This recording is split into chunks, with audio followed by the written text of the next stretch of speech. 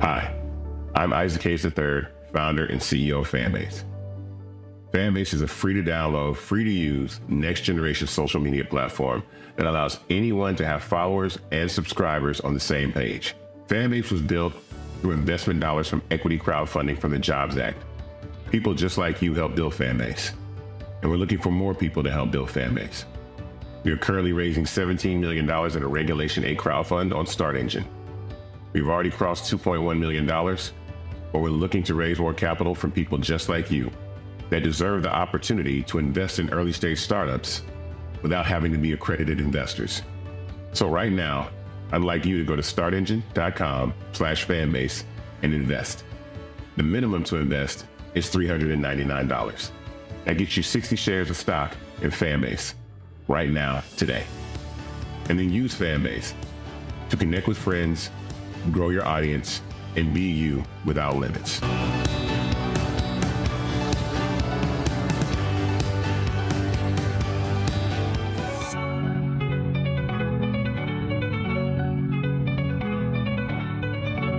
Black Star Network is here. Hold no punches. I'm real revolutionary right now. Support this man, Black Media. He makes sure that our stories are told.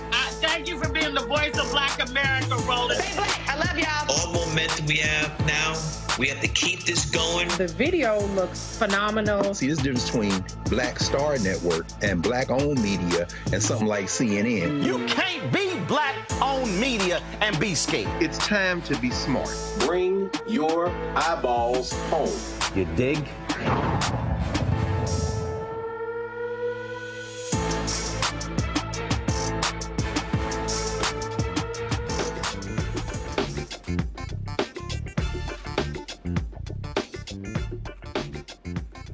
Folks, today's Tuesday, December 17th, 2024. Coming up on Roland Martin Unfiltered, streaming live on the Black Star Network. Justice Juan Merchan has rejected Donald Trump's argument that his hush money trial was tainted, and he is not going to drop the case, saying the immunity from the Supreme Court doesn't apply in this case. The Department of Justice finds a troubling pattern of civil rights violations by the Mount Vernon, New York Police Department. A school shooting took place in Madison, Wisconsin, and we have the latest updates.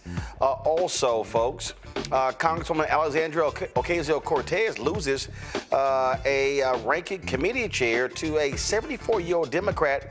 The Democrats need to understand it's time to turn the page on its old leadership. It's a lot we're going to unpack on today's show. It's time to bring the funk. I'm Roland Martin Unfiltered on the Black Star Network. Let's go. He's got it.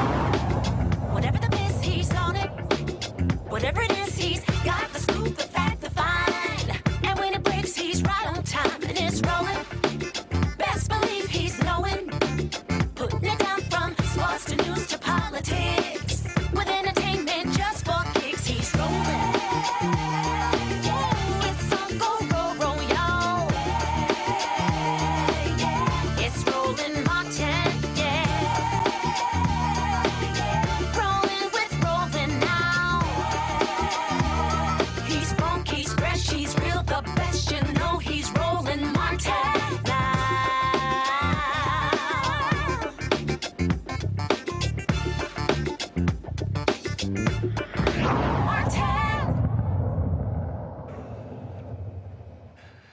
In New York State, Justice Juan Merchan has rejected Donald Trump's arguments that his hush money trial was tainted by evidence. Merchan's ruling that Trump failed to raise his immunity argument in a timely fashion and didn't object to the use of certain evidence stemming from his time in the White House. Trump called the ruling illegal and psychotic and said in a social media post that Merchan had, quote, little respect for the Constitution. Trump faces as long as 4 years behind bars. The case is the only one of 4 criminal prosecutions to actually go to trial. Now, in Georgia, they have halted that particular case because of the election results.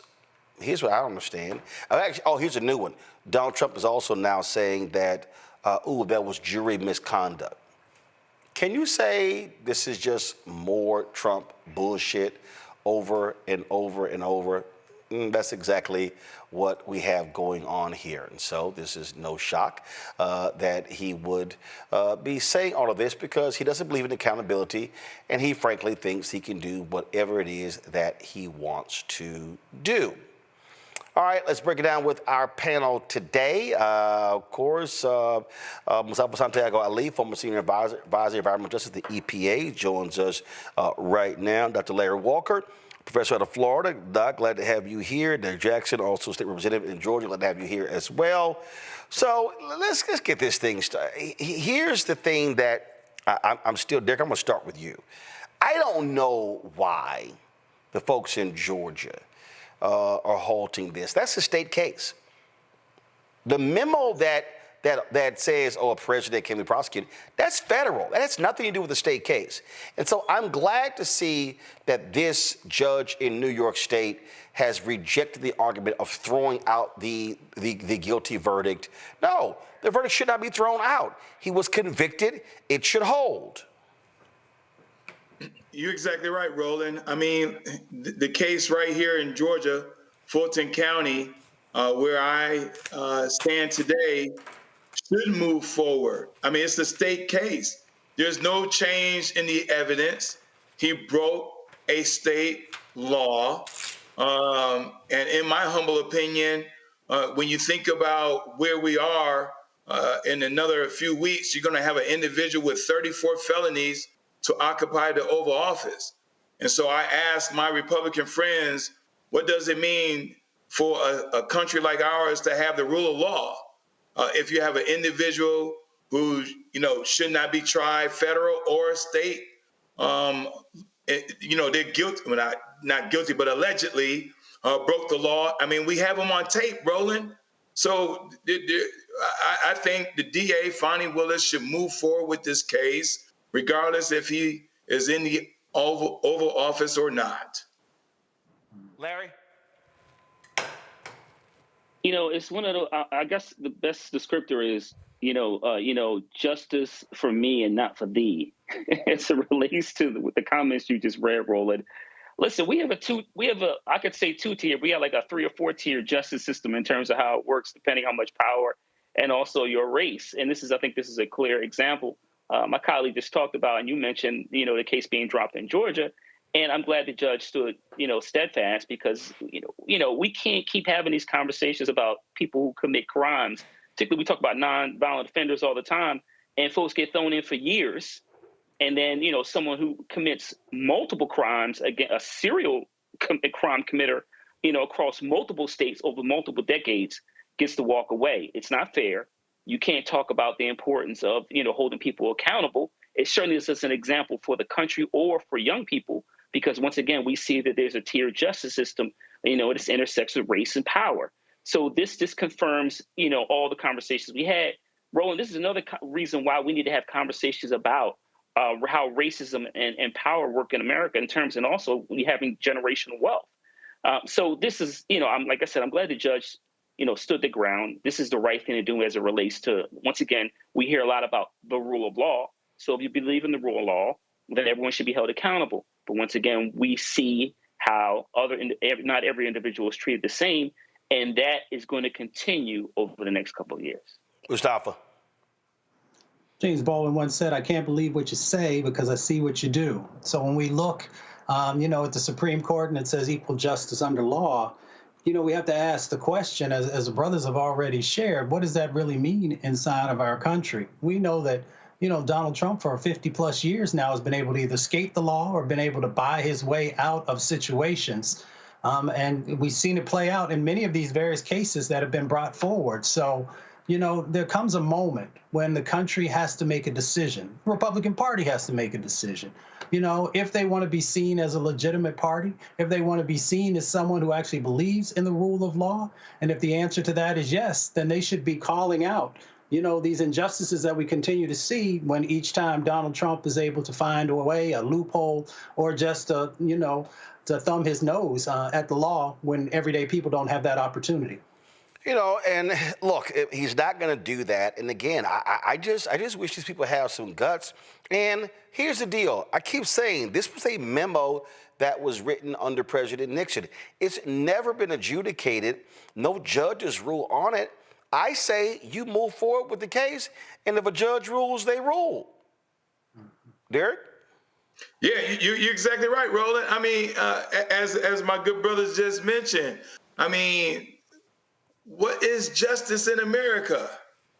Is justice based on one's pigmentation of their skin? Is it based on one's size of their bank account? I mean, and so if we are going to continue to be this beacon that my friends on the other side of the aisle love to say that we are in this world, what is the standard? I mean, I've just mentioned today, Roland, because there's some conversation saying that President Biden should pardon Trump. And I told the world today who would listen, absolutely not, because we're in this predicament because Ford gave Nixon a pardon. And so I know we overuse the word precedented, but this is unprecedented, and we need to be courageous and hold to, if we are to believe in this rule of law, as it's been articulated, then we should not allow for President Biden to give Trump no pardon. But he said if President Biden doesn't pardon him, he's going to pardon himself. Well, I've been real clear. There's no way in hell he should actually get a pardon from Biden. Gentlemen, hold tight 1 second. We come back. We're going to talk about President Biden speaking at the DNC reception. Both he and Vice President Kamala Harris. He makes it clear that he's not going to go anywhere, nor is she. Also, Democrats are making some changes among their leadership. But is it time for them to turn the page to a new generation? We'll talk about that. Plus, Young Dro, Les Brown. I chatted with both of them at the Global Hope Forum last week in Atlanta. We'll share those interviews with you as well. Folks, we'll be right back. Roland Martin Unfiltered on the Black Star Network.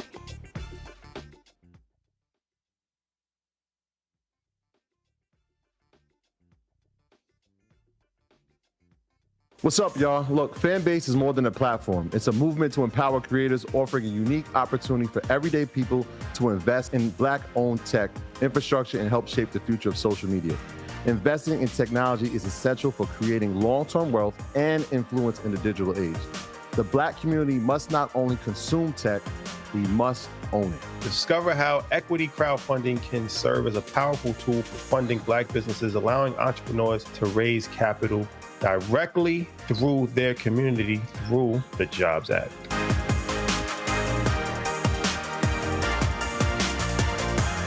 The next, A Balanced Life with me, Dr. Jackie, we're talking about leveling up, or to put it another way, living your very best life. How to take a bold step forward that'll rock your world. Leveling up is different for everybody. You know, I think we fall into this trap, which often gets us stuck because we're looking at someone else's level up journey, what leveling up means to them. For some, it might be a business venture. For some, it might be a relationship situation, but it's different for everybody. It's all a part of A Balanced Life. That's next on Black Star Network.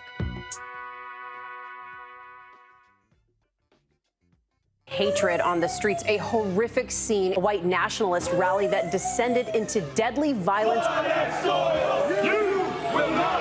White people are losing their damn minds. As an angry pro-Trump mob storms the U.S. Capitol, we're about to see the rise of what I call white minority resistance. We have seen white folks in this country who simply cannot tolerate Black folks voting. I think what we're seeing is the inevitable result of violent denial. This is part of American history. Every time that people of color have made progress, whether real or symbolic, there has been what Carol Anderson at Emory University calls white rage as a backlash. This is the rise of the Proud Boys and the Boogaloo Boys. America, there's going to be more of this. Here's all the Proud Boys, guys. This country is getting increasingly racist in its behaviors and its attitudes because of the fear of white people. The fear that they're taking our jobs, they're taking our resources, they're taking our women. This is white fear.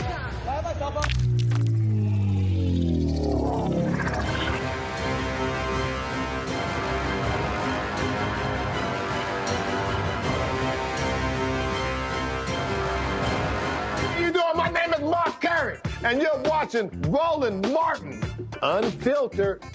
Deep into it, like pasteurized milk without the 2%. We getting deep. You want to turn that shit off? We're doing an interview, motherfucker.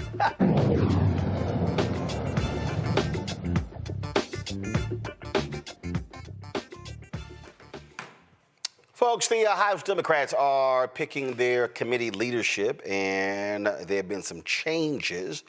Longtime Agricultural Committee ranking Democrat David Scott has lost his position. He was voted out. There were lots of concerns over his health and stewardship of the committee, but the one folks have been talking about is the House Oversight Committee, where Gary Connolly has been battling Congresswoman Alexandria Ocasio-Cortez. Well, there was a leadership vote, then there was a total caucus vote. AOC lost out to Connolly. Now, here's the concern. Connolly is 74 years old, is battling esophageal cancer. And then you have Ocasio-Cortez, who's a younger member. And you've got a lot of folks who've been on social media saying, here go Democrats again, screwing this thing up. The reality, Mustafa, Congress is about seniority. That's what they look at. But I think it is important. Here you have, what, an 84-year-old Nancy Pelosi, who was against AOC, pushing Connolly. And I get seniority, I get knowledge and expertise, but also I think it is important to have some younger, fresher voices leading the charge, especially against these crazy, demented MAGA people. And I think this is an example where just like, when, the Democrats, they chose to lead the Communications and Policy Committee, they chose Congresswoman Debbie Dingell over Congresswoman Jasmine Crockett.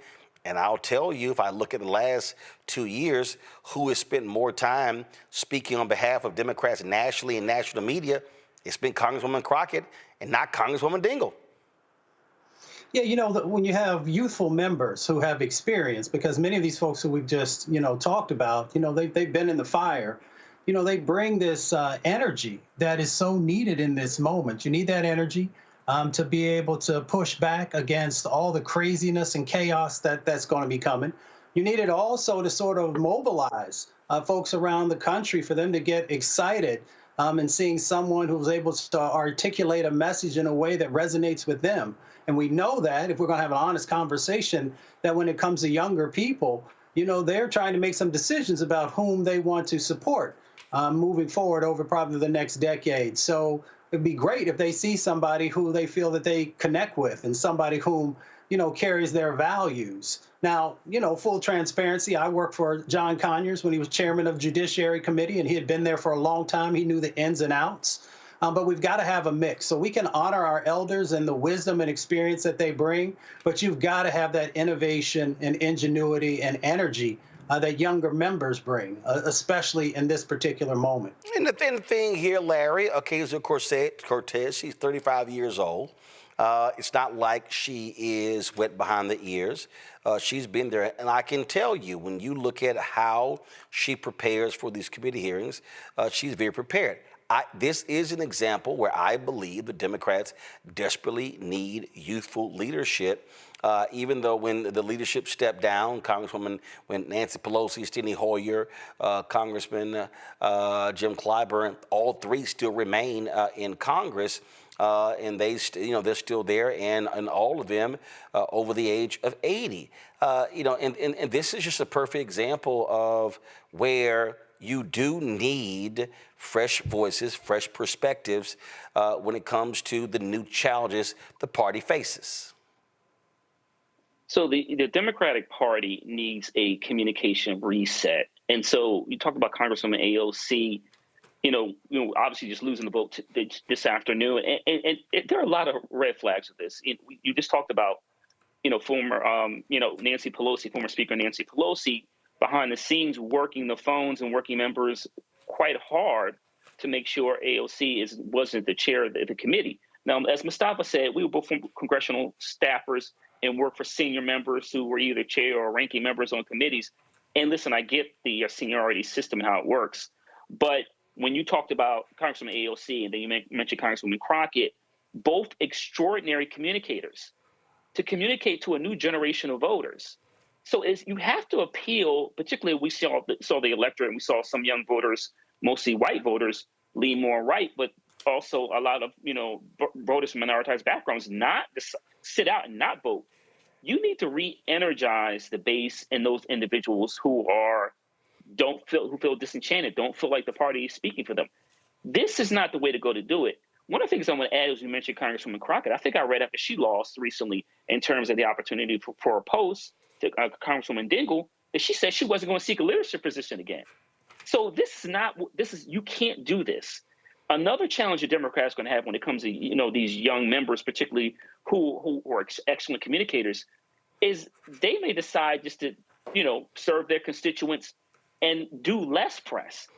Congresswoman AOC really campaigned extraordinarily hard for VP Harris. She was everywhere. And so was Congresswoman Crockett. You have to do a better job empowering the next generation. And the biggest complaint when people talk about term limits is exactly what we see here. Members of Congress who've been around for decades advocating for someone else who's been around for a long time, and while at the same time ignoring that you need a new generation of voices. Listen, Roland, going back to Dr. King, and he understood this, right? You need to have another generation empower young people to make sure that your legacy lives on after you're gone. Well, Derek, when it comes to Congress, their notion of empowering young people is to put them in charge when they're 60. And that's the sad part, Roland. You cannot encourage those under the age of 35 telling them, wait your turn. I mean, we're all young enough to remember when there was a young Barack Obama, and a lot of the senior Democrats said to Barack, wait your turn. Now is not your turn. And Barack, he resisted that. He said, no, there's an urgency of now.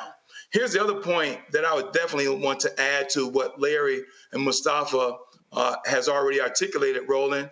I read something where the average age for Democrats up on the Hill is 66. The average age for Republican is 50. And so we got to, as a Democrat, we got to ask ourselves, are we going to be about this fight, or are we going to do the status quo? See, because status quo, in my humble opinion, is not going to get us where we need to be in 2025 and 2026. We have some very strong young leaders who have truly proven that they understand the issues.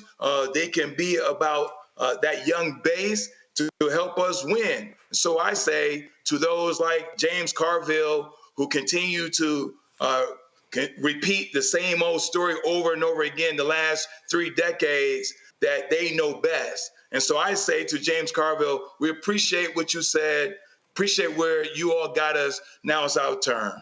Well, I'd also say you don't actually need a title to actually make these appearances, to go on air. And so that's one of the things that's important. I've never believed that. I mean, when I was in my 20s and 30s, I couldn't stand when people say, it's time to pass the baton. I'm like, listen, y'all can keep the baton. We run a whole different race. Y'all knock yourselves out. And so that's the approach I've always taken, and I will continue to take. All right, folks, got to go to break. We come back. President Biden, Vice President Kamala Harris, both of them speak at the DNC holiday reception. Both talk about the future of the party.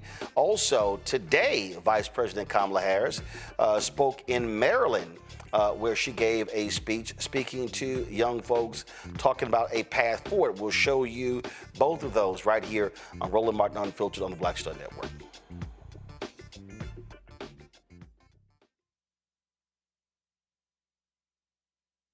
Hi, I'm Isaac Hayes III, founder and CEO of Fanbase.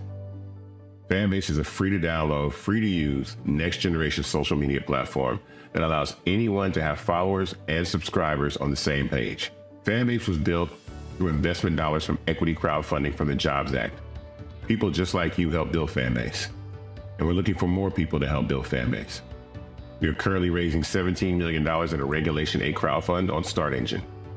We've already crossed $2.1 million, but we're looking to raise more capital from people just like you that deserve the opportunity to invest in early-stage startups without having to be accredited investors. So right now, I'd like you to go to startengine.com/fanbase and invest. The minimum to invest is $399.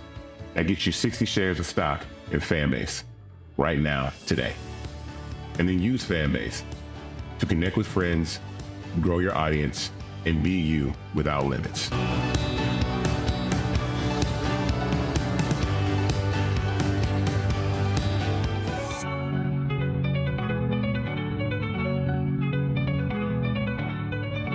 the next A Balanced Life with me, Dr. Jackie, 'tis the season, tree trimming, party going, and gift giving.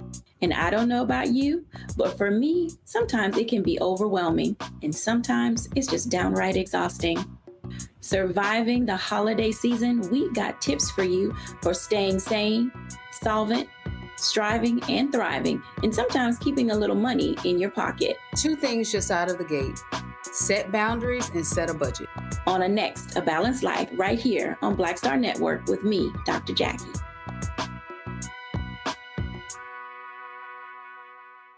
On the next Get Wealthy with me, Deborah Owens, America's Wealth Coach. Are you working hard and yet your performance doesn't reflect your paycheck? On the next Get Wealthy, you're going to learn some savvy career moves so that all your efforts actually show up in your bank account. Joining us is the founder of a career network, and she's going to share the 3 R's of accelerating your financial growth. Here's a tip as well. If you are an individual contributor and you desire to be a leader, do the work where you are now. Because if you do the work where you are now, when you do reach the level, you'll be prepared to stay there. Right here on Get Wealthy, only on Black Star Network. Now that Roland Martin is willing to give me the blueprint, hey, Cyrus, I need to go to Tyler Perry and get another blueprint because I need some green money. The only way I can do what I'm doing, I need to make some money. So you'll see me working with Roland. Matter of fact, it's the Roland Martin and Cheryl Underwood show. Well, should it be the Cheryl Underwood show and the Roland Martin show? Well, whatever show it's going to be good.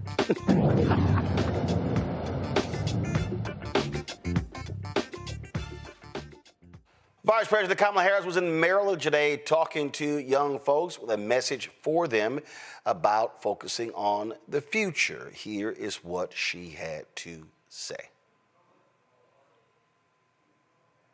Indoor Air Quality, LLC dispatcher, and service year option member, Lauren Muir. Keep clapping.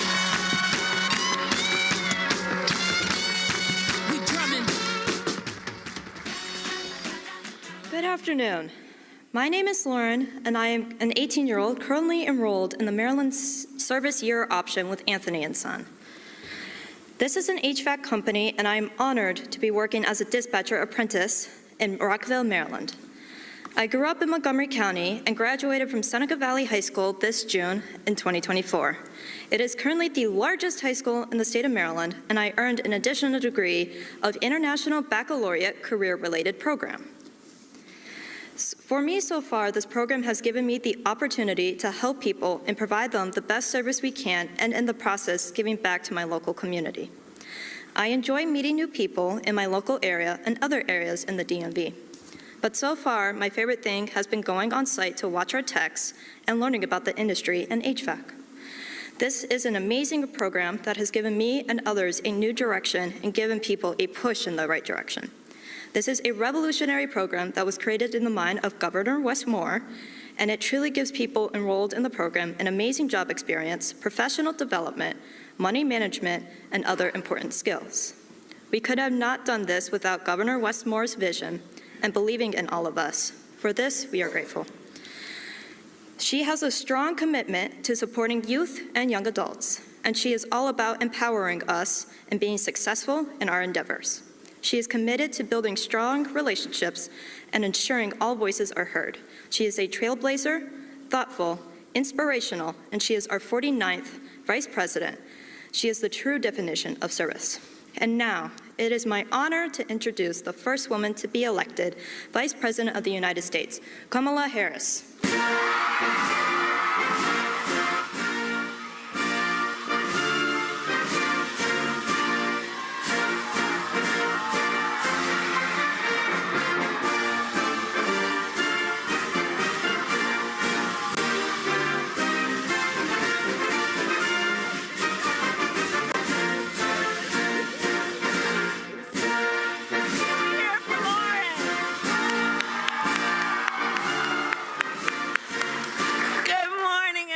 Have a seat, please. Good morning. Oh.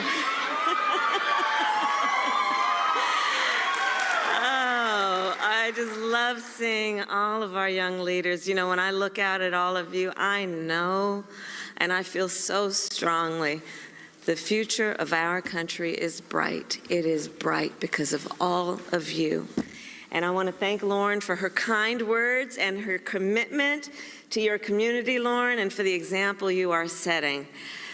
It is so good to see all of you. So, well, you know what?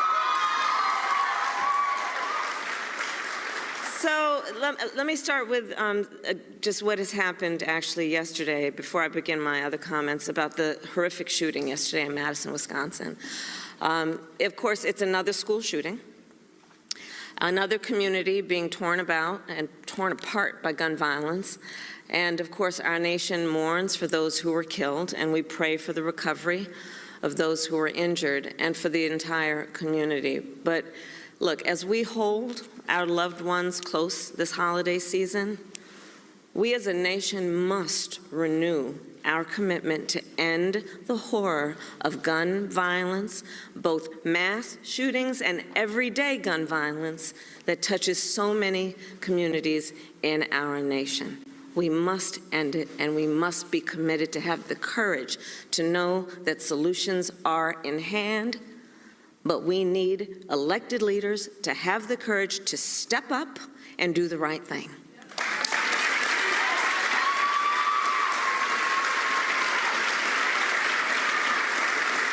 So with that, I will return to the reason we are here today.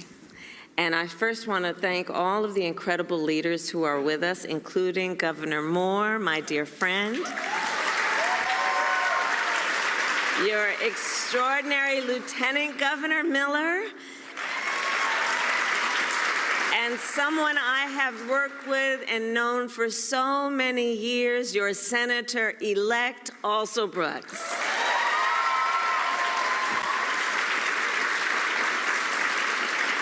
And to all the young leaders who are here, I thank you for your service to the people of Maryland. Because look, each one of you has decided to dedicate yourself to the work of service, the work of lifting up the condition of other people, people who often you may never meet. The work you do in service will affect people who for the most part will never know your names. But their lives, because of your work and your dedication, will forever be touched in a positive way. You know, I do believe that public service is a noble calling. It is noble work.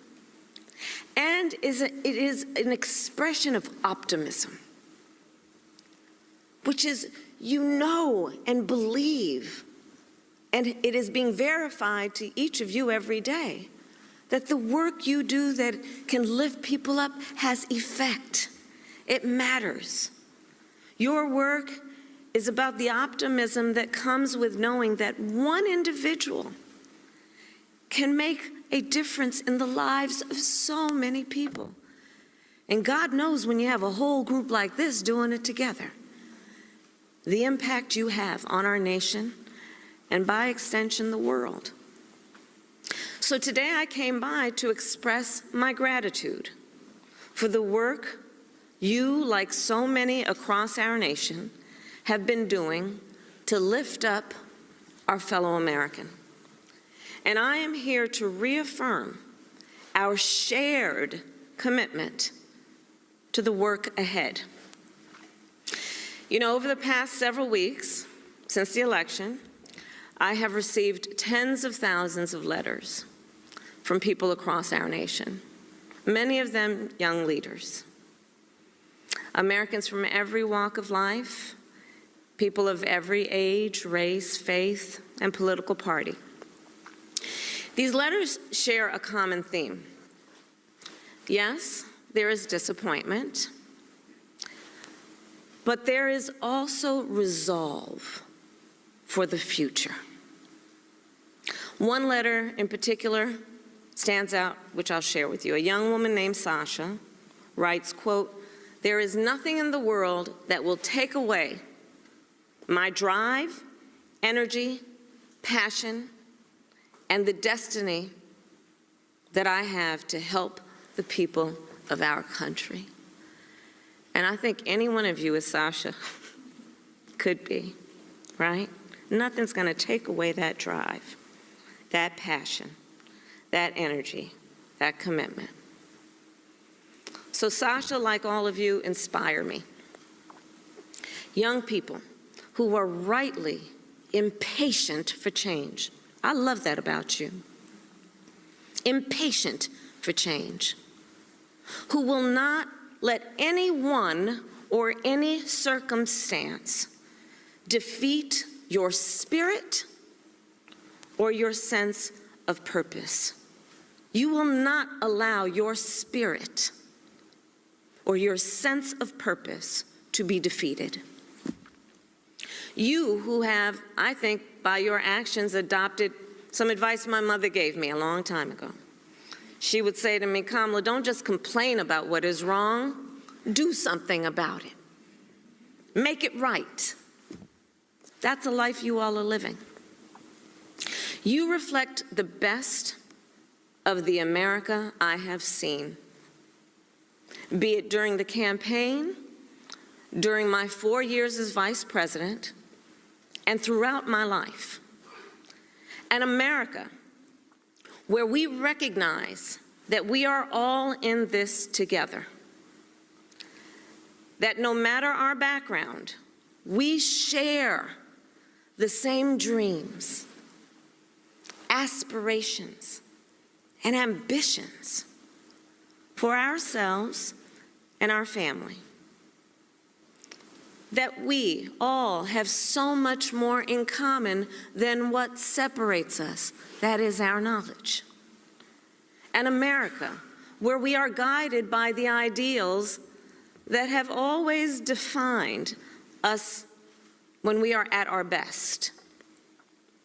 Dignity and decency, fairness, freedom, and opportunity for all. An America where we recognize that the true measure of the strength of a leader is not based on who you beat down, it's based on who you lift up.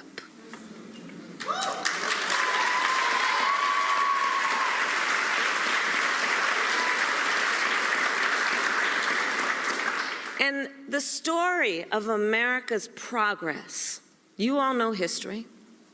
The story of America's progress, when we have made progress, in many ways is the story of people who stayed true to their ideals, even in the face of difficulty. The story of Americans who, yes, faced disappointment, but did not grow weary. Did not grow weary, who faced setbacks but did not give up. People who refused to let the light of America's promise dim or burn out in moments of challenge. The movements for civil rights, women's rights, workers' rights, the United States of America itself would never have come to be if people had given up their cause after a court case or a battle or an election did not go their way. What Sasha wrote and what we here know is that in moments like this, the true test of our character is how resilient and persistent we are to pursue the future that we all can see. The true test of our commitment is whether, in the face of an obstacle, do we throw up our hands or do we roll up our sleeves? And as we approach,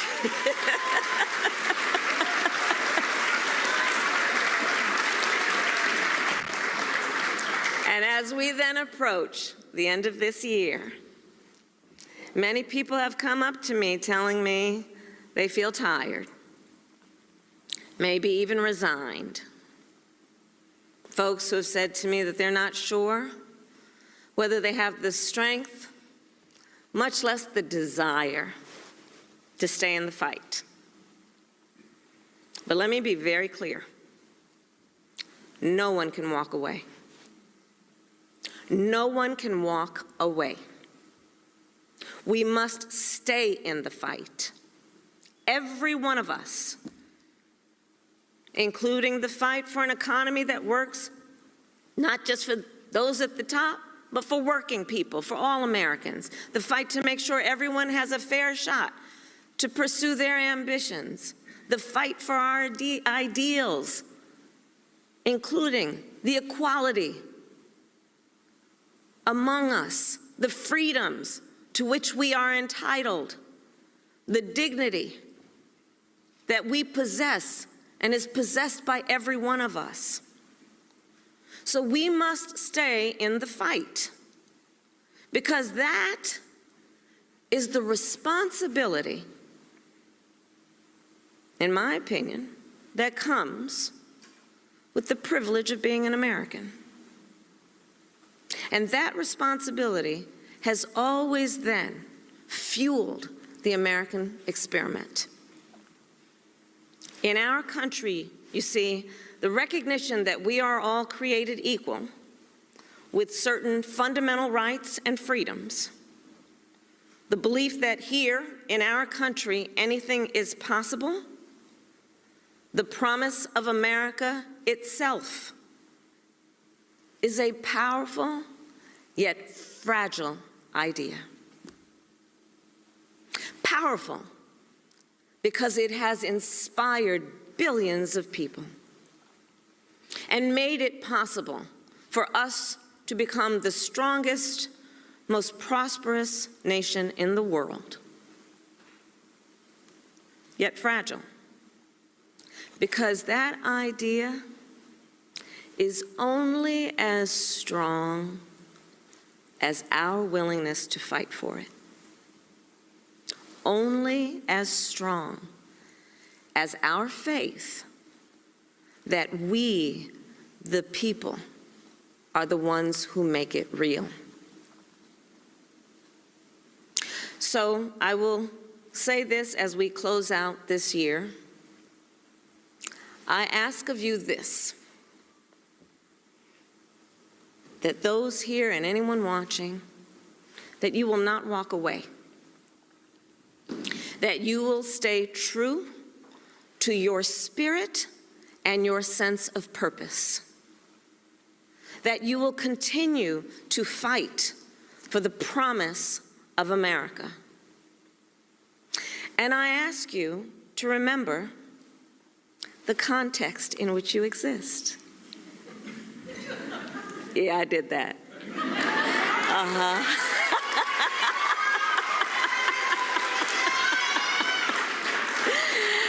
I ask you to remember that this struggle is not new.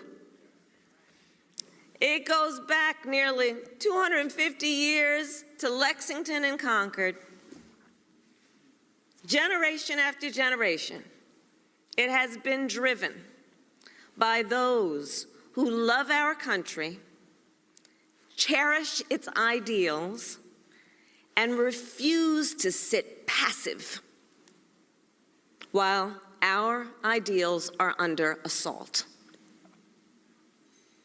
And now this fight to keep the light of America's promise and to ensure it burns bright, well, this fight now, it continues with you. You are its heirs. We are its heirs. So I'll end with this. Get some rest over the holidays.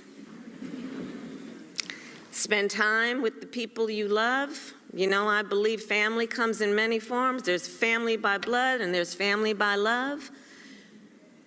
I urge you then, after you have had some rest, in fact, I challenge you to come back ready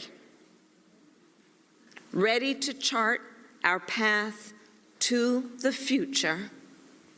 Chin up, shoulders back, forever impatient for change, and like Sasha, ready to summon your drive, your energy, your passion to help our fellow Americans, and be ready to get back to work, fighting for opportunity and freedom, fighting for fairness and dignity, and fighting for this country we love and the future we share. God bless you, and God bless the United States of America.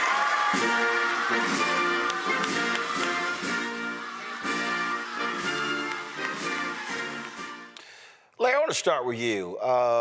You know, the vice president has been making similar remarks and in a number of settings. The different Christmas parties she's been having at the vice president's residence. I mean, obviously there are a lot of people who are troubled, who are bothered by the election results, who are still angered, folks who are upset with what has gone on. They're angry that she lost, and she said you can't give up. You got to stay in this, and I think that is a critical message. And even when President Biden was speaking at, I'm going to play that in a bit, at the DNC holiday reception, when he talked about, kid, you're not going anywhere. He would say the same thing to her, that you have to stay in the fight. It's, you know, the world is not over because she lost the presidential race. Yeah, you know, you're right, Roland. She's been pretty consistent since the election in terms of highlighting why, you know, obviously it's a broader message for individuals who voted for her, but also she is sending messages to individuals to let them know that she's certainly going to run for political office at some other point.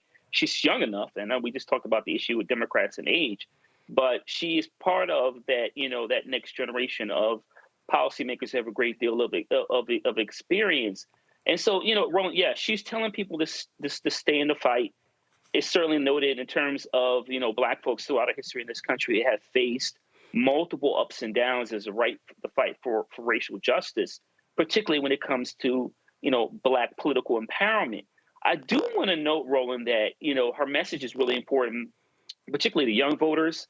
But for Black folks in particular, we've been playing at this game in terms of looking for a fair and equitable society for generations. And she highlighted that some people have told her tired. I've talked to a lot of Black folks who are simply exhausted. But I'm highlighting this because we have to talk about the impact that this fight for racial justice, it has on our overall well-being, and we have to acknowledge that. But I do think it's important for Black folks that particularly we need the young Black voters to empower them to run for public office. Certainly we need to fund those elections. But like I said, I look forward to seeing the path, the journey that, that's laying forward for VP Harris, including maybe for the rumors running for governor of the state of California or other possible, opportunities. But she's right. The fight is ongoing, but we have to recognize the overall impact it has on our well-being. Well, the thing here, Mustafa, that I think a lot of people need to understand is that this ain't Burger King. You ain't going to always get it your way. And there are going to be fights. There are going to be difficult days ahead. And to me, I think people need to understand that and recognize that, as she said, go spend some time with friends and loved ones and family, get some rest, and come back, get in the fight. No, I mean, she's exactly right, but I think we also have to have an honest conversation. I'm reminded of the words of Fannie Lou Hamer when she said, "I'm sick and tired of being sick and tired." So for me, what that means is that, yes, we take a moment to recharge, but we also got to start to do things differently. On this show, we continue to highlight for folks of them making the right investments with the right types of organizations who are out there on the ground and not waiting until the last minute. So people get sick and tired of folks continuing to do that.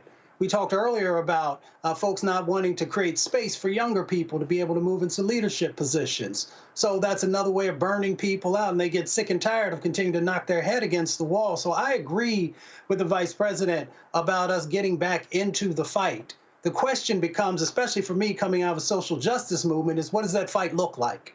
And will my voice be honored in that space? Will the organizations that are out there on the front lines get the resources they need so that we don't have to continue to hit our heads against the wall, because we know how to do the work. We know how to get people energized. We know how to get people engaged in what's going on. So we have to ask that question. Are we willing to finally begin to create these 21st centuries that are so necessary and stop operating from 20th century sort of paradigms that we continue to do? So yes, to the things that the vice president shared. But the question also becomes that when we come back energized, when we come back ready to do the work, will we also be able to put in new systems and new ways of doing things so that we can get the wins on the board? You're not going to win every election. Doesn't matter if it's a local election all the way up to the federal. But we do have to make sure that we are creating an opportunity, a foundation, so that if folks do everything that they're supposed to do correctly, that we can be competitive moving forward. Well, that's why, Derek, I believe it requires a plan of action. We lost Jim Lawson this year, the architect of the Niagara movement. And I go back to the interview I did with him in 2018 when he said they spent 6 months meeting and discussing why they wanted to do this movement. Then they spent 6 months discussing what they were going to do.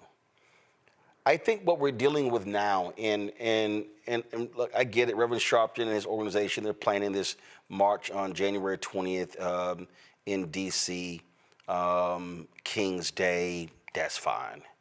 But the thing for me is, when's the planning meeting where you're discussing how you're going to fight? The things that Mustafa talked about. I have long been saying, you know what? You got the DNC picking their chair. Your black men and black women, various leaders, are they going to be sitting down with those folks who want to be the chair and saying, I want to hear from you directly, what is your plan of action? But here's the other piece. I'm not just interested in hearing what white folks what their plan of action is. I want to know what's the plan of action that we're going to hand to them. And so that to me, I think is important. You know, I'm sitting here right now looking at what's at stake in 2025. You've got gubernatorial races in Virginia, in New Jersey. You've got several other critical races. You've got a black Speaker of the House in Virginia. The question is, do Democrats still control the House there as well? I can go on and on and on. So the thing for me is, okay, how do we fund that? See, I'm not interested in just complaining about what resources we did not get in our communities in 2024. I want to know, how then do we say this is what we need in 2025 and this has to happen? Also, how are we also going to fund those things as well? That is what's jumping out at me, and I would rather be on the offense than the defense, and I would rather be reacting in a much more strategic way, as opposed to waiting for somebody to say, hey, now let's talk. No, I would rather be the one said, no, we're talking, meet us on this date. You know, I agree with you, Roland, but I will also say we got to go more than just planning, right? I can remember I was 6 years old when a meeting took place in Gary, Indiana in 1972, talking about the Black agenda. I remember, Roland, I was 29 years of age at the first Million Man March. Again, there was a plan and put in place. And so, you know, I don't care if we go back to 1972 or 29 years ago when we did the first march in Washington with the first Million Man March. I say we got to have both a political strategy, an economic strategy, and a cultural strategy. As a retired naval officer, I would tell you, Roland, that we don't need to exhaust a lot of time putting this plan together. I'm reminded that the definition of insanity is to do the same thing over and over again, expecting a different outcome. So I say, let's go back to what Dr. King did in the 60s, where they simply met in the basement of a church, and they realized who's going to do what. They had the lawyers in place. They knew that they were going to need some money, and then they put that Montgomery bus boycott into action. I say, let's do what they did in Gary, Indiana in 1972. And they start talking about what we need to do to reduce that gap between white and black families. And so, yes, I agree we need to have a strategy, but the urgency is right now. We cannot wait. We should be planning on what we're going to execute in 2025, these upcoming elections a year from now. We should be planning what we're going to do in 2026, when a lot of folks are going to be running at the U.S. Senator and Congress and the likes and governor. And then 2028, we just need to knock the cobwebs off, Roland, on some plans that worked effectively 50 years ago. But the reason I have to push back on that, because I think the problem is those were meetings, those were not plans. When I look at the Million Man March, that was a gathering. There was actually no plan. There was actually no plan that came out of the Million Man March. And then the 10th anniversary, you had almost 400,000 that met. There was no plan. There was conversations about stuff, but there was no plan. 20th anniversary, you had a couple 100,000. Same thing. Conversation, no plan. What I'm saying is, I believe that the mistake is gathering, and then you have to say, well, why are we gathering? I believe a gathering should be to launch something, to announce something, to give people the steps on where we're going. I don't believe in having a gathering just to have a gathering. So when people call me Mustafa and they say, well, Roland, let's meet, I then go, about what? What are we meeting about? I then go, who else is going to be there?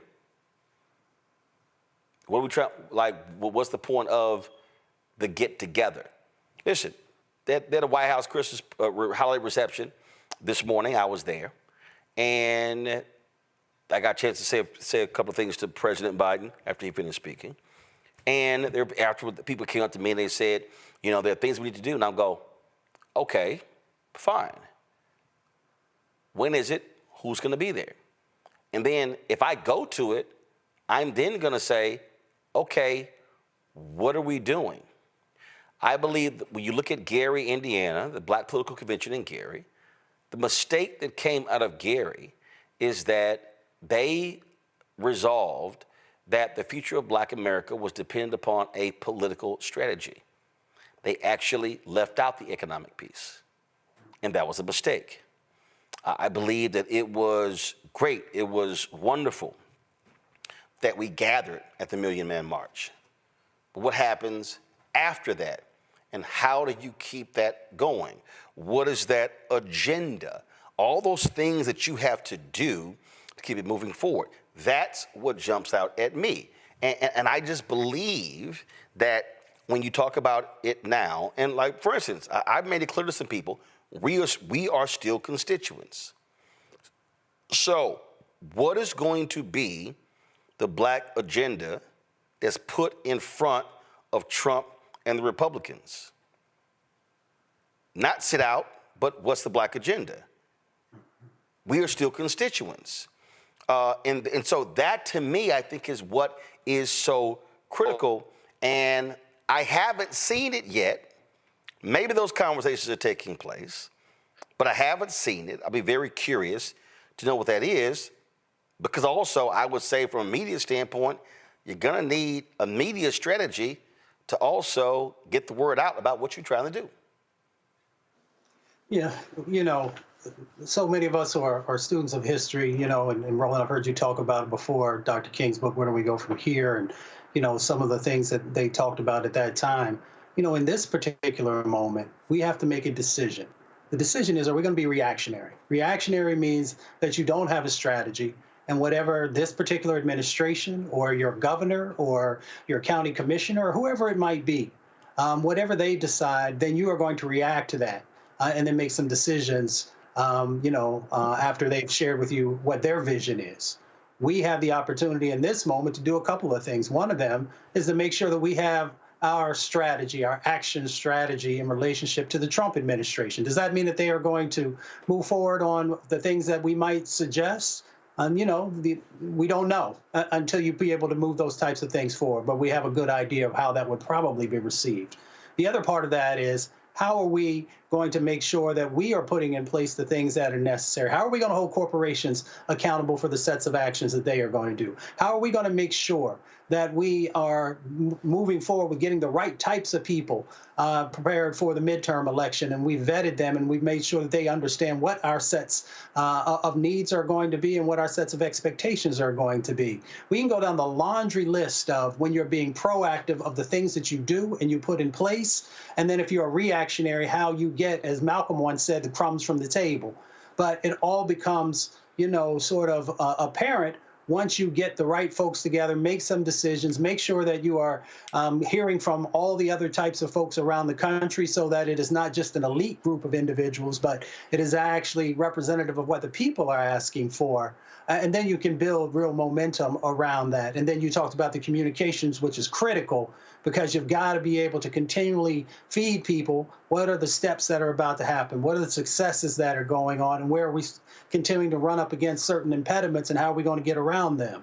But all of that goes down to having strategy. Somebody who comes from the movements that I have, because we never had a huge amount of money, we always had to have strategy. And every time that we've had a success, it's been because we've had that plan that was in place. Everyone understood their role, and they understood what we were up against. And then we just build off of whether small successes or medium or large successes. So if you're not going to do that, then you're not serious about being a real player in the game, and you're not serious about making change inside of your community. And I hope I don't hurt anybody's feelings, but that's just the reality of what it is. But Larry, it's the same thing that the vice president is going to have to do. The vice president is going to have to take a hard look in the mirror and say, where did we fail? Where did we go wrong? What do we do? She has to do her own autopsy, not only of her campaign, she also has to do that for herself. So, for instance, there's talk that, she's made it clear she's not going anywhere. Okay, what does that mean? Does she run for governor of California in 2026? If she does that, she's not running for president in 2028. Does she run for president in 2028? If she says, I'm not going to run for governor, but I'm going to run for president in 2028, let's just be honest. She's not going to have the perch of the vice presidents. It's going to be an open primary. So now the question is, how do you now confront the negatives? How do you now confront the narrative that has been formed around you and about you? So what actions does she take over the next 1, 2, 3 years that positions her to be the front runner for 2028? And so all of those different things that has to be decided. And I think that it's not as easy as some people say. Like I saw one poll that said, she's polling at 33% for 2028. I'm like, y'all, anything right now for 2028 is utterly ridiculous. But that's what has to happen. And so now the question is, what is her position to come? Does she decide that she is going to be leading the anti-Trump messaging in 2025 and 2026? What's the vehicle in which she does that?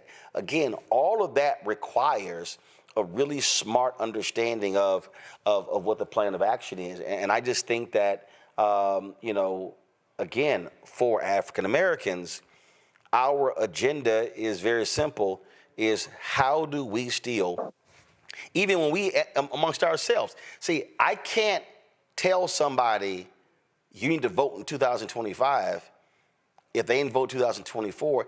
I now got to get to why didn't they vote? What is it? Why are they checking out of the process? And so I believe there has to be, there should be, a listening tour of Black America as well, because we are seeing the numbers don't lie. The last election, the Baton Rouge runoff election as well, the Louisiana election last year, we're seeing where you have significant numbers of Black people, we're sitting out elections and then crying about it after the fact. So I agree with a lot of the points that you made, Roland. I think that, so there's a couple things here that, yes, post-mortem, the VP Harris has to, with trusted advisors, and, also I would say people who are community centered has to really kind of reflect on what went wrong. And I have some thoughts about that in a second. We do have to, and I agree with you about the listening tour. I think there are a lot of other methods, as a researcher. We need to really dig down and figure out, like you said, why there are less Democrats that came out, particularly, like I said, those minoritized backgrounds. So we need to be in a data collection. That's how I would describe it, in terms of figuring out not only why people didn't show up, but what do they want for the future? It may be very different from what you saw from the Democrats in terms of what they talked about. I don't think it's very different. I think the messaging was off. So I want to be clear about that. The other thing is that the VP Harris is to kind of, thread a needle here. And I want to acknowledge that she ran with two hands behind her back. What do I mean by that? First of all, she had to deal with how racism, sexism, and misinformation intersect. And then she had Biden's folks running the campaign instead of having an opportunity to hire her own people, right? So she ran with two hands tied behind her back, and against these headwinds, so to speak. I think the other thing is, in terms of VP Harris and what we do moving forward, I think we're already behind the eight ball. And what I mean by that is, I want to go to what Mustafa said about being proactive and then reactionary. Democrats have a tendency to do this. Your point about having a Black agenda putting before the Trump administration, that's something we should already have. Okay, if VP Harris wins, what do we have? If Donald Trump wins, what do we have? You have to, the Republicans, one of the things about them in terms of the politics, I've seen this working on the Hill and after, is that we talk about Project 2025, is they're always collecting information and planning when it comes to not just policy, because you get to the policy, it's messaging. How do I message? Listen, it's great if, in terms of student loan relief and some of the other stuff, but how was it messaged? How the Republicans said was, oh, you're giving all these people, all these, rich and middle class people student loan debt, not micro-targeting and explaining in terms Black folks are more likely to benefit from that. So we really, and one of the things about this policy issue, we got to focus on the messaging. The Republicans have excelled at it for decades. The Democrats have to play catch up. They have to constantly revise whatever policy and messages they have continuously. You can't pause because you think somebody's going to win. You always have to have updated policy and messaging piece and a policy piece relating to economic issues, et cetera, to reach the masses and to make sure you respond in times of crisis. It's really about crisis management. And the reality is Democrats have not responded to crisis as it relates to what we've seen here in the last couple of years, and last couple of weeks. What Mustafa said is that we're reactionary and not proactive as it relates to messaging and policy. Absolutely. And I think how you communicate, what you communicate is all critically important, but also, Derek, who you communicate to. It's there. The recipe for winning is there, but you also have to execute that. And there were a lot of flaws, and there were a lot of things that were going against the vice president in this race, and also some of the Senate races. And we have to also understand, take a hard look at, the upcoming Senate races, and many of them in red states, and what that means. How do you flip those voters? But also, I'm looking at Black people. How do we get Black folks to understand that the couch cannot be an option for us? You're exactly right, Roland. I know here in Georgia, 3 million registered voters did not vote in Georgia. of that 3,700,000 of those registered voters that voted in 2020 did not vote in 2024. But we also got to be honest here, Roland. I mean, I heard former President Bill Clinton, he gave his forensic analysis, but I also heard former President Barack Obama gave his analysis, and they were miles apart. Bill Clinton was talking about identity politics. Barack Obama was saying, speak to your base. And so we as Democrats, we got to ask ourselves, do we want to still do this thing called identity politics, where we're trying to have a message for everyone in every way? And I think that's a non-starter, to be honest, because if you look at the Republicans, Roland, the Republicans only speak to one individual. That is the white man. They don't even speak to white women. Whereas Democrats, we trying to speak to everyone. Yeah, but you have to, and that's what I say. First of all, listen, the Republicans have it easy. You're right or hard right, okay? And the reality is the Democratic tent is a larger tent. And that's what you have to do. And so guess what? That ain't going anywhere. That ain't going anywhere. So Democrats can complain about, quote, identity politics. Everything in politics is identity politics. Income, education, rural versus urban. That's all identity politics. But the only time they criticize identity politics is when typically it involves race. And then you could say gender, you could say sexual orientation, but typically it's race. What I continue to suggest that Democrats are going to have to figure out, and they're going to have to be honest, Democrats are going to have to deal with this. Democrats are going to have to understand white fear. They're going to have to understand how the buttons of white fear are pushed. They need to perfect example. Democrats are sitting here talking about, oh, we've got to figure out how to talk to these working class voters. You pass the policies. So it's not policy. It's not. The defining point that Democrats can have to confront, it's culture. It's culture. And they have to confront whiteness.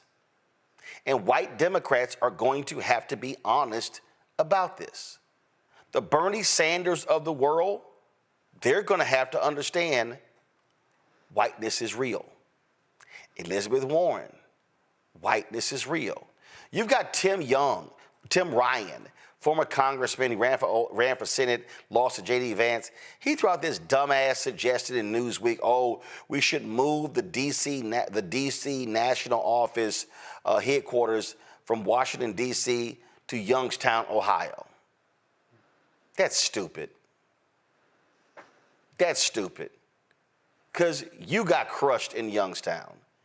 And those white voters in Ohio, they're voting on culture. They're not voting on economics. Because if white voters were actually voting on economics, then it would have been a landslide victory for Vice President Kamala Harris. That's just a fact. And I think, Derek, I just think it's hard for Democrats to want to have to look in the mirror and address whiteness. I agree with you, Roland. But if you think about if we're going to do an analysis during that 107 days of her campaign, there were a few areas that tripped her up. Gaza was one, right? And so if you think about Gaza was an issue up in Michigan, right? They were telling you this is an issue. This was an issue in Pennsylvania and Wisconsin. Wasn't so much an issue down here in Georgia. Down here in Georgia, the issue was talking about the economy.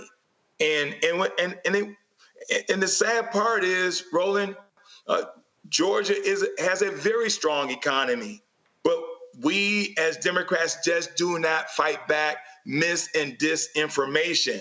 we tend to try to take the high road instead of meeting them where they are and get down low with them and say, no, this is a very strong economy. In fact, the economy is so strong, places like Georgia has $19 billion surplus. And the reason why the economy is strong is because the Biden-Harris, they passed, the CHIPS and Science Act. They passed Inflation Reduction Act, the American Rescue Act. And they cap insulin. And tell that story that will influence and impact whites, Black, Latinos, Hispanic, and everyone else. But you were dealing with a situation, and I heard this from pollsters with the Vice President Harris's campaign. It didn't matter what they say. They just didn't believe it. They held nothing against Donald Trump. Nothing. Not the criminal convictions, not January 6th, not COVID, none of that stuff. Didn't hold any of it against him. It just made no sense whatsoever. So, listen, we'll see what happens, but the bottom line is a lot of work to do. As the VP said, let's get some rest, let's recharge, get re-energized, get back in the game. Got to go to a break. We come back. Les Brown, I chatted with him when we were at the Hope Global Forum. We'll have that conversation for you next right here on Roland Martin Unfiltered on the Black Star Network. Support the work that we do. Join our Bring the Funk fan club. You can join us via Cash App by using this QR code for Stripe. Make your donations here. You can also send your check and money order.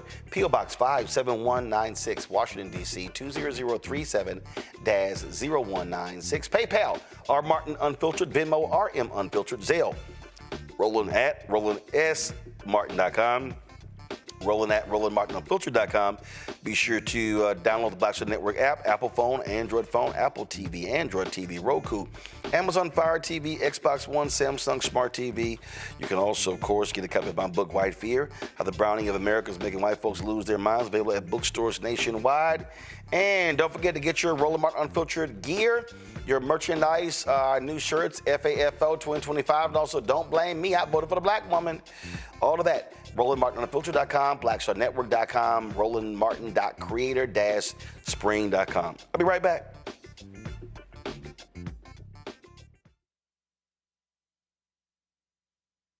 Hi, I'm Isaac Hayes III, founder and CEO of Fanbase.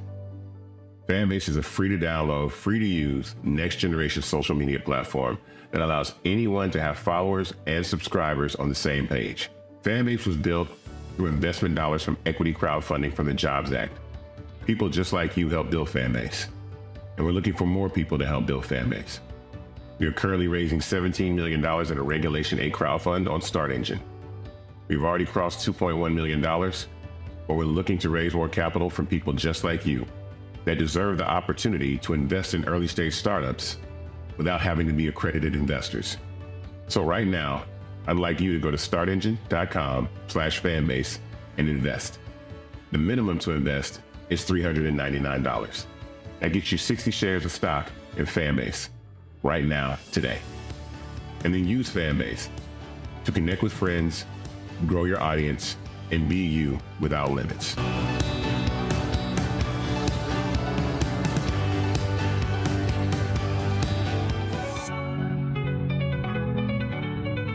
On the next A Balanced Life with me, Dr. Jackie, 'tis the season, tree trimming, party going, and gift giving. And I don't know about you, but for me, sometimes it can be overwhelming, and sometimes it's just downright exhausting. Surviving the holiday season, we've got tips for you for staying sane, solvent, striving, and thriving, and sometimes keeping a little money in your pocket. 2 things just out of the gate: set boundaries and set a budget. On a next A Balanced Life right here on Black Star Network with me, Dr. Jackie. Now streaming on the Black Star Network. I had been trying to get a record deal for a long time. You know, when I finally got signed to the Motown record label in 2003, I was 34, 35 years old. And up until that time, I had been trying to get record deals the traditional way. You know, you record your demo, you record your music, and you send it, you know, to the record labels, or maybe somebody, a friend of a friend, knows somebody that works for, you know, the record label. And really, chemistry was that was my last-ditch effort at being in the music business. How long have you been trying? I've been trying since I was a teenager. Wow. And you know, and I'm grateful that it didn't. I'm grateful that it happened when it happened, because I wasn't prepared, you know, as a teenager to embrace all that comes with a career in the music industry.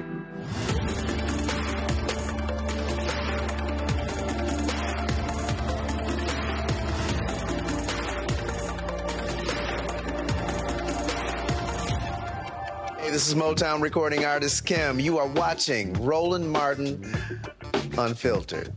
That boy, he always unfiltered, though. I ain't never known him to be filtered. Is there another way to experience Roland Martin than to be unfiltered? Of course he's unfiltered. Would you expect anything less? Watch what happens next.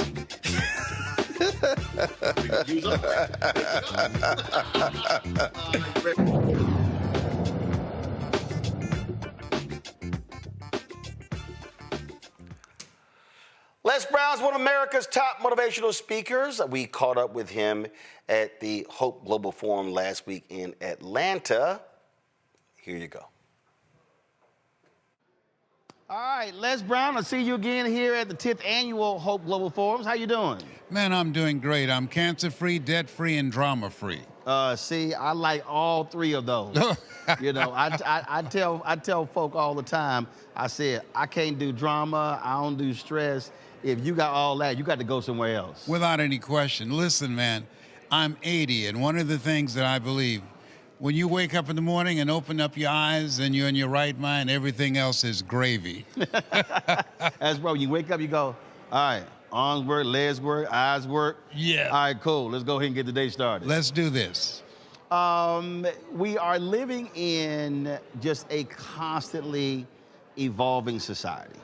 And one of the things that I was just on a conference call, we were talking about this post-election, and people are, you know, the folk who supported the vice president, they are, you know, frustrated and angry and upset and bothered. And I've got millennials and Gen Z who are like, man, we're tired.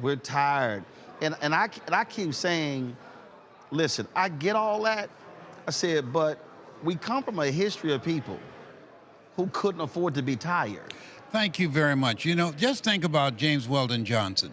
Stony the road we trod, bitter the chestnut rod, felt in the days when hope unborn had died. Yet with a steady beat have not our weary feet come to the place for which our fathers sighed. We have come over a way that with tears have been watered. We've come treading a path through the blood of the slaughtered. Things didn't turn out the way that we wanted them to turn out. So what? It's time to move on. This is a time it requires mental resiliency, because stuff's going to be happening in life. Life is going to be lifing. Right, life will be lifing. Yes, think it not strange that you face the fiery furnaces of this world. You will, not you might, you will have tribulations. And the other thing is, all disruptions are pregnant with new possibilities. Life is lived going forward, but we learn from it looking back. And there are things that you've gone through, that I've gone through, that had we not gone through those things, we would not be who we are right now. Yep. And so when we shift our focus on being a victim, like you said, and decide, you remember the Black Eagle, when people would call on and tell him, my man, Joe Madison, yes. Joe Madison, their problems, he would listen, and then he said, what are you going to do about it? Right. Okay, and that's the big question. What are we going to do about it? Right. What we can do, we're in that place where Peter Drucker said that we must unlearn, learn, and relearn. There are a lot of people failing now because they're using old keys trying to open up new doors of opportunities. So we are one skill set from building our own economy, one skill set from creating a new life. So this is the era of accelerated change, overwhelming complexity, and tremendous competition.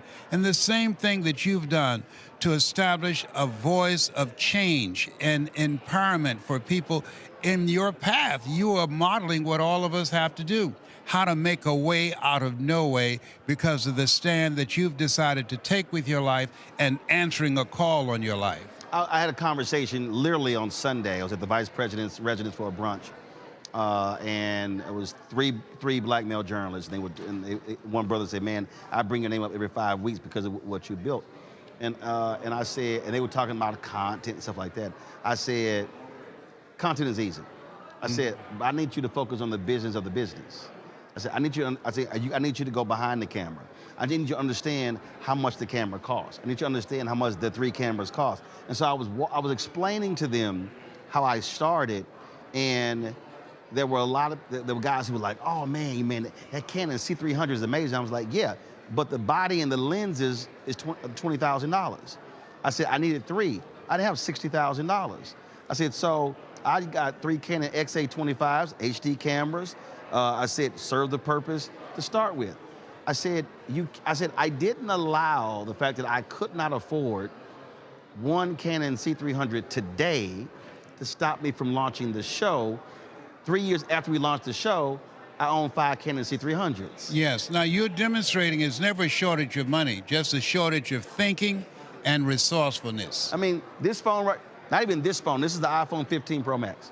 Steven Soderbergh, Oscar winner, shot a movie on Netflix called High Flying Bird, which is a very great movie, with 2 iPhone 7s.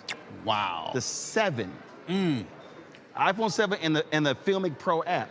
And so I was telling these brothers, I said, you have to be thinking that way. I said, you're coming out of a mainstream media environment where you have been conditioned that you need 10 people, you need all this stuff. I said, no. I said, you have to match what your vision is with what your realities of your money, but then not let that limit what you're trying to do. And artificial intelligence allow you to have a greater impact and do it more economically than ever before. There's no excuse. All the stuff that's going on right now. Yeah. I believe that politics and religion keep people at each other's throats to divide us. But the people that are going to make it are the people that are doing what you're doing. And that is, we were born to create. And the creators and the people who take a stand to live the calling on their life are the people that's going to make the impact that we need right now for our children and for our children's children. What you're doing, I admire, and I admire you to a very large degree because you're doing what I told my children and my grandchildren. Live your life the way you want to lead your life. You know, live a life that will outlive you. And so I want you to know, thank you for what you're doing, the stand that you're taking, and the impact that you're making that will impact generations yet unborn. I appreciate that. You sent me a video, and in that video, I love when you told the story, I think you were quoting someone, saying that the place that has the most ideas is the cemetery. Absolutely. I love that story.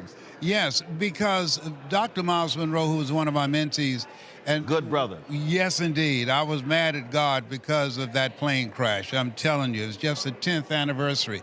But he said the ideal situation for a man or woman to die is to have family members praying with them as they grow, as they cross over. But imagine, if you will, being on your deathbed and standing around your bed, the ghost of the dreams, the ideas, the abilities given to you by life.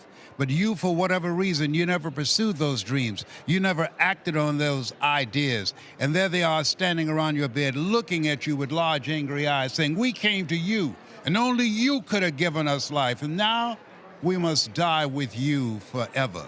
And the question is, if you died today, what dreams, what ideas, what abilities, what books, what music will die with you?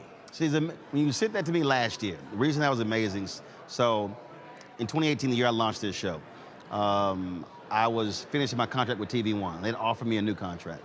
And I said, I'm not going to take it. So I'm talking to my agent, also my fraternity brother, Mark Watts. And Mark said, it's easy money. I said, no, it's not. I said, because I knew what it would limit me.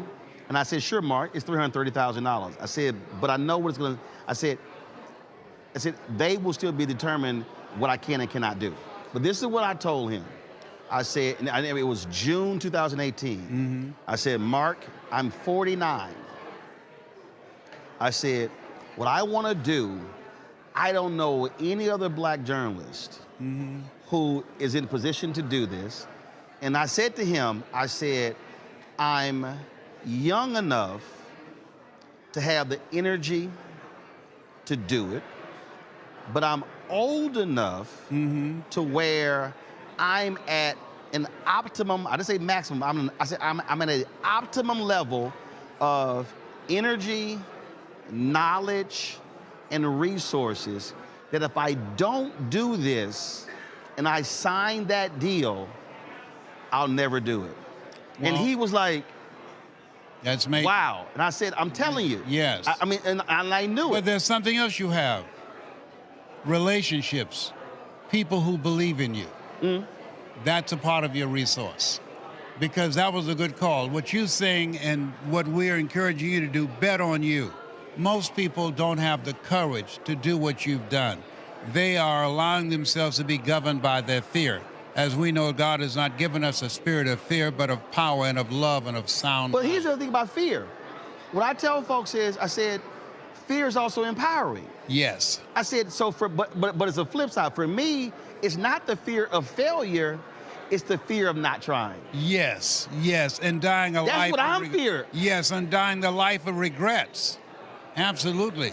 And so you are modeling what you're telling people to do every day. I see people out here today and heartbroken and spirits broken, and I experience the same thing that other people experience.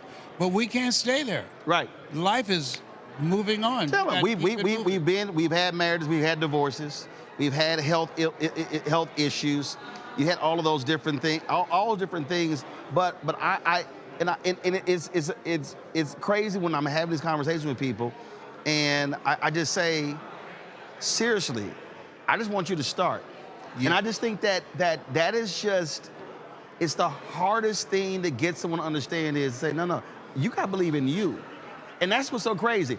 Like, they will kill themselves. They want 30 people to co-sign. And I always go, damn them. Co-sign you co-sign your own idea and say, let's go. That's right, figure it out. That's what anybody who's ever done anything, they made a commitment. And there's a reason we're taught not to decide, what am I going to do? I got to figure this out. To walk by faith and not by sight. There are things that we can do that we will never discover that until we challenge ourselves. And I want to make it clear, life is hard. But if you do what is easy, don't give yourself a chance to win, your life will be hard. But if you do what is hard, your life will be easy. So I got to ask you this here, because this always comes up too. I'm sitting in Milwaukee last month, and a brother asked me about getting bigger, doing more stuff. And I said to him, I said, I'm not concerned with that. And he looked at me, and he said, I think you're scared. I said, oh, no, I'm not scared. I said, I'm not scared. I said, you're measuring what you want to do based on someone else. Yes. I said, I don't measure myself compared to somebody else. And he didn't understand. I said, I don't need that validation.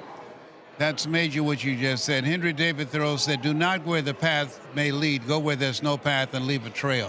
What you're doing, there are a lot of young people watching you. You're leaving a trail for other people to follow, many other young people who will see a future that we don't get to see. Now, I'm 31 years older than you, okay? At 80. I'm 50, no, you're now 24, I'm 56. You're 56? I turned 56 November 14th. Okay, well, I'm 80. So listen, I used to think people in their 40s were old. Now that I'm 80, I feel like I served at the Lord's Supper, but I got some good tips. But the thing is, even being 80 and even being 56, what people also then don't realize is the number of people who launch careers after they turn 50, who transition. And so it frustrates me when, going back to your graveyard point, people who it's there, and they're, I don't know. I mean, I don't have this. I don't have that. I don't have the education. I don't have this. I don't have this. And I'm sitting there going, no, what you have is enough. Live full and die empty. That's the key. Give it everything that you got. I remember I was in Vegas, and at that time, Gladys and I were married, and a guy was seated next to Frank Sinatra, and I heard him say something to this young man that I'll never forget. He said, live each day as if it were your last, because one day it will be. See, my hashtag is #live life, love it. In fact, somebody sent me a DM today, the mother of professional basketball player. She said, I just love how you live. And I said, listen, I said, your point, no one knows. I said, use everything. I Yes. said, use it. I said, being a constant, and a brother asked me, he said, man, how you up on all these new stuff? I said, because I'll never stop learning. Yes. I said, I want to know what's the newest thing. How can I use that? How can I use this app? I said, for me, that's fun. Yes. When you're learning those different things. And so to me, that's also, I think, part of this. You never stop learning. You keep reading, you keep studying, you keep listening, you never stop. George Washington Carver said, do what you can where you are with what you have and never be satisfied. That's what you're doing. You're at 80. Is there, I always ask this question to everybody. Is there one thing that you haven't done that even you like, I gotta do that? I'm doing it right now. And that is when Miles Monroe said to me, Les Brown, there's no success without successors. So now what I'm doing is training people who have a story, have experiences, that want to learn how to tell their story so that people don't just hear the story, but feel the story and take them to a place in themselves that they can't go by themselves and transform that audience individually and collectively. There's a science to that. I've perfected this. I've been doing this for 53 years. And so now I've got to, at this stage of my life, teach others who are hungry, willing to put in the time and effort to learn how to do this, because we need new voices of hope and inspiration now. Do you emphasize the value of authenticity? Because I've heard, I remember I was at this event and there was, this person was training through Zig Ziglar and all sort of stuff like that. And they finished the speech and presentation was great, tone was great, all those things were great. And I felt it was empty. And the person came to me and they was like, you didn't like it? I said, oh, no. I said, it's certainly, I said, but I didn't feel it. Yes. I said, because it wasn't applied to the craft and the people in the room. I fundamentally believe that the greatest speakers are ones who use their personal experiences. Without any question, because when you're speaking, people are asking, who are you? Right. What do you have? Can I trust you?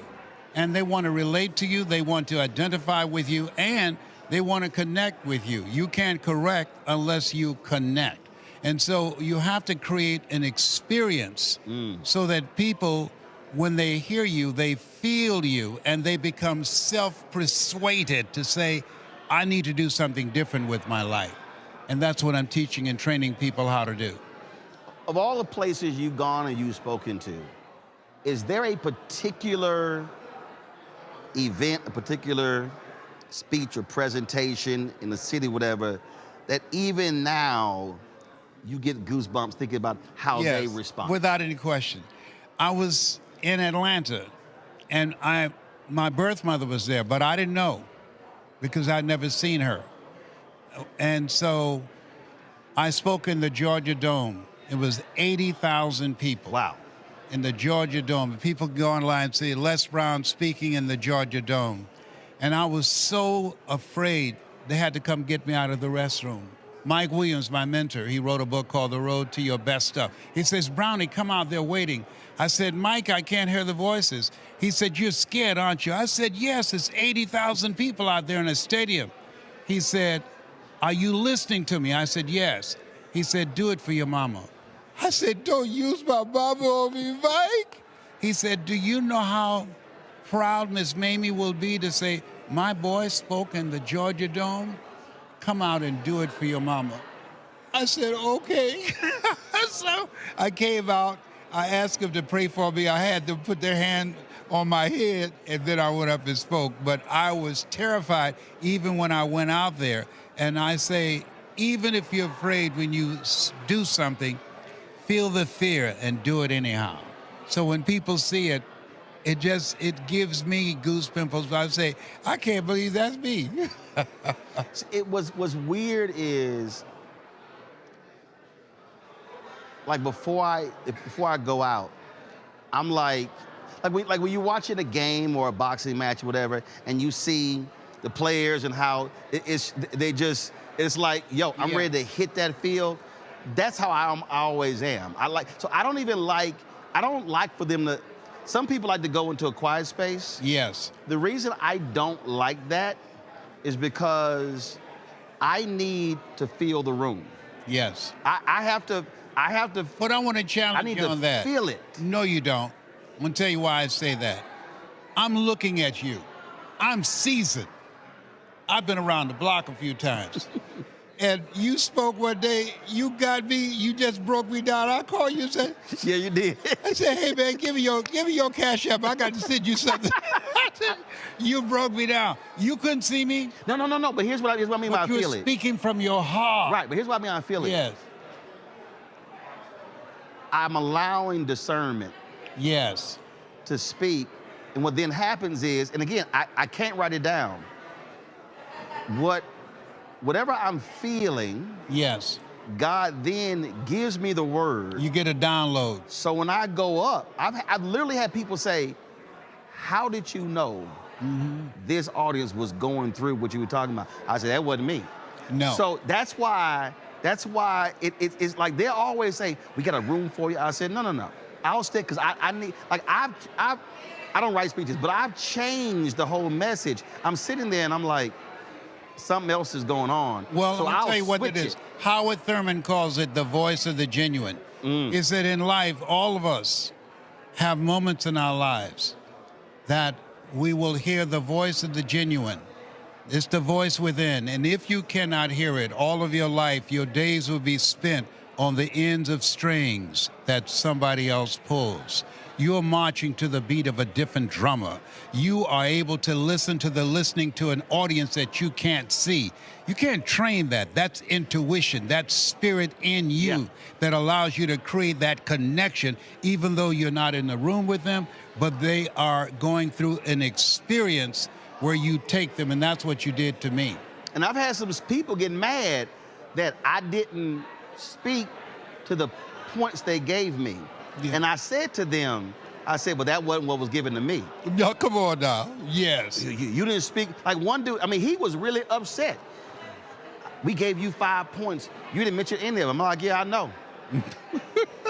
And I was like, I was like, oh, because the reason I wasn't worried about what he thought, because the room erupted. And my deal was, I wasn't speaking to you. Come on now. I was speaking to them. Yes. And he was hot, and he got fired about 6 months later. Another person hit me, said, you know, he ain't no longer here. Yeah. But I was trying to get him to understand. I said, Doc, you don't bring in speakers to say what you want them to say. Right. You bring them in for them to touch the people, and you let them do what they do. Like, I wouldn't tell you, hey, Les, here's my theme, here are the whole points, go. Hey, what? No. And one of the things that I'm training speakers, you do your research. I teach speakers that the philosophy that has governed this industry that allowed me to stand out, that I went in the opposite direction. The Dale Carnegie course, which is a great course, they teach tell them what you're going to tell them, and then tell them what you told them. I teach never let what you want to say get in the way of what the audience needs to hear. Right there. And all that get understanding. You do your research. I know that. I watch you. I study you. And I'm so proud of you. Well, I appreciate it. I just want people who are watching this. There's somebody watching this. And you're right. The value of digital is that, and I've experienced it. Somebody come up to me and they'll, man, I'm like, that was 12 years ago. The beauty of this is that you don't know who's watching. Yes. You don't know when they're watching. Yes. You don't know what time of the morning or the evening they're watching. And it may touch them, and it may move them and motivate them.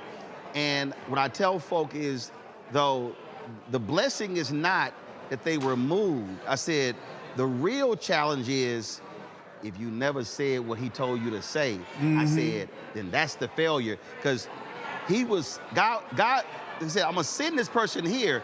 Whether you don't do your job and say it, when they come, there's nothing there for them to actually hear and see. Right. That's powerful. Yeah. So you better do it. Yes, indeed. Got to be obedient to that. It was always good to see you. You're looking good. I love this here. I got this from a young lady. I said, that's beautiful. That is. And she said, well, if you would do an interview with me, I'll give it to you. I said, the interview's done. You like turn that bad boy on? Yes. Yes. It's always good to see you. Thank you so much. I appreciate it. Continue to do the greater work. That's what you're doing. Thank you. Appreciate it. Take care. Bye. Whole lot of gems that were dropped there, Larry. Yeah, that was. First of all, it was great to see him. It's been a while, and good to see that he's still around. But a sage advice, and this is why it's really important in the Black community to listen to our elders. He talked about certainly things won't, in terms of things won't always be easy.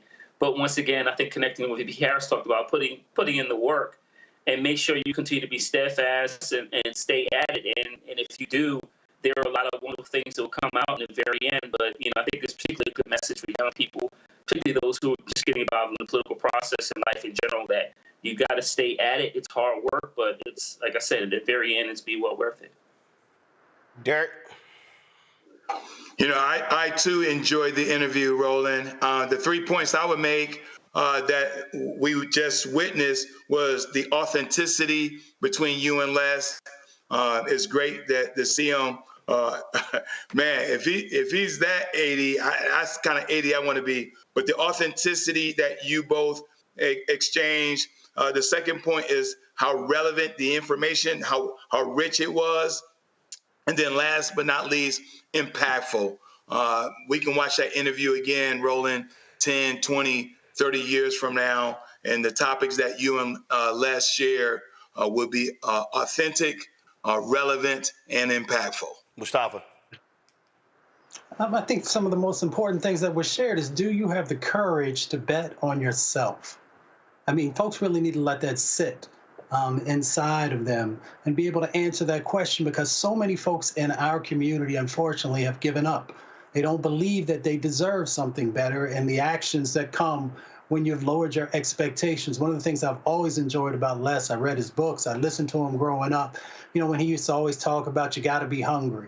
And being hungry means, for some of the folks who are a bit younger, you're always on the hustle, you're always on the grind, but you have a plan, you have a strategy, and you believe in yourself. And if we could get our people to once again believe in themselves, we could change so many dynamics that go on, both inside of our country and across our planet. So I will always take those words. They're planted deep. They found fertile ground in my soul, and I hope that they do with others. All right. Gentlemen, Frat, I appreciate it. Thank you so very much for joining us on today's show. Thank you so very much. Y'all be well, folks. That is it for us. Don't forget, support the work that we do. It's stuff that nobody else is really doing. We are focusing on really touching and teaching and getting you to understand what's happening in this world. And so your resources, your support is always greatly appreciated and needed. So do me a favor, if you want to give to us via Cash App. I told you Cash App changed all of their policy, that they close all of our accounts. So if you want to support us, you can give us Cash App via Stripe using this QR code right here. You can also send your check and money order to P.O. Box 57196, Washington, D.C., 20037-0196. PayPal, R. Martin Unfiltered. Venmo is RM Unfiltered. Zelle, Roland at RolandSMartin.com. Roland at RolandMartinUnfiltered.com. Don't forget, you can also download the Black Star Network app, Apple phone, Android phone, Apple TV, Android TV, Roku, Amazon Fire TV, Xbox One, Samsung Smart TV. Also, be sure to get a copy of my book, White Fear, How the Browning of America is Making White Folks Lose Their Minds. Available at bookstores nationwide. Get the audio version on Audible. And, of course, be sure to get Roland Martin Unfiltered merchandise. You can get that, all of that at blackstarnetwork.com. RolandMartinUnfiltered.com, and of course, right there at RolandMartin.creator-spring.com. Folks, that's it. I'll see y'all tomorrow right here on the Black Star Network. Holla!